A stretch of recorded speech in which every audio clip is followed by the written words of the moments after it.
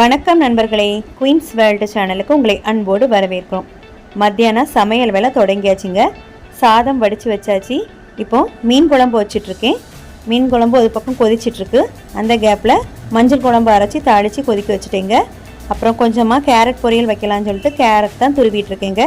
இனி அதையும் அடுப்பில் போட்டு வசுக்கி எடுத்து கேரட் பொரியல் ரெடி பண்ணிட வேண்டியதாங்க. பொரியல் ரெடி ஆகிடுச்சு. இப்போ இதை வேறு ஒரு பாத்திரத்தில் மாற்றிக்கிட்டு கிச்சன் க்ளீன் பண்ண தொடங்கிட வேண்டியதாங்க.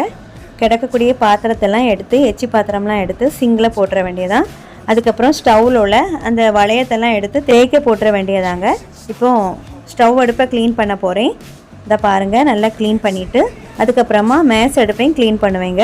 மேஸ் அடுப்புக்கு கீழே நான் எப்போவுமே ஒரு பிளேட் வச்சுருப்பேன். ஏன்னா சோறு வடிக்கிற தண்ணி அதில் கொஞ்சமாக சிந்தும் இல்லையா, இதனால் நம்ம அப்படியே எடுத்து க்ளீன் பண்ணிடலாம். அதுக்காக தான் இந்த பிளேட் எப்போவுமே நான் வச்சுருப்பேங்க. இப்போ எல்லாம் க்ளீன் பண்ணியாச்சு. இப்போ கிச்சன் க்ளீன் ஆகிடுச்சு. சமையல் பண்ணதெல்லாம் ஒரு ஓரமாக வச்சுருவேங்க.